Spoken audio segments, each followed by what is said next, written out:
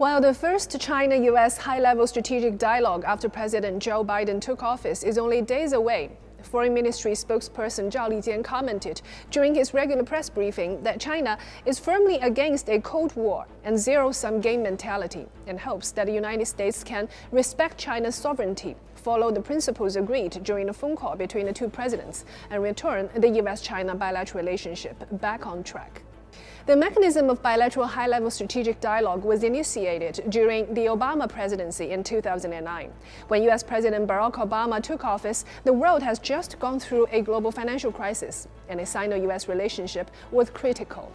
Obama once commented the relationship between China and the U.S. was the most important bilateral relationship of the 21st century.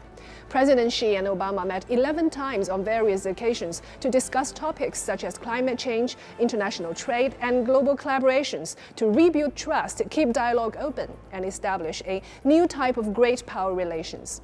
President Obama guided the overall direction of Sino-U.S. relations through his two terms, while Anthony Blinken, current Secretary of the State of the United States, served as the Deputy National Security Advisor and the Deputy Secretary of the State under Obama administration.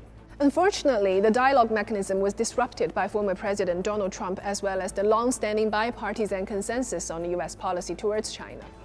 Trump thought past foreign policies were favorable to China and insufficiently robust in containing China's growth and global influence, while forgetting the fact that a constructive bilateral relationship was beneficial to everyone in the global economy. While U.S. isolating itself from the global system and its failure to control the pandemic domestically, the Biden administration inherited a divided country with issues including inequality, lack of economic growth, deteriorating domestic human rights environment, and images which require restoration among global organizations. However, that should not give the current government of the United States any excuse to use a Cold War and zero-sum game mentalities while dealing with China or any other country in the world.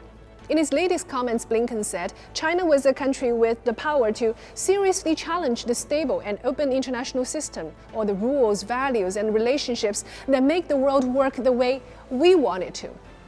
He described the U.S. and China relationship as the biggest geopolitical test of the 21st century and is prepared to compete with China as necessary, but from a position of strength and with the participation of its allies.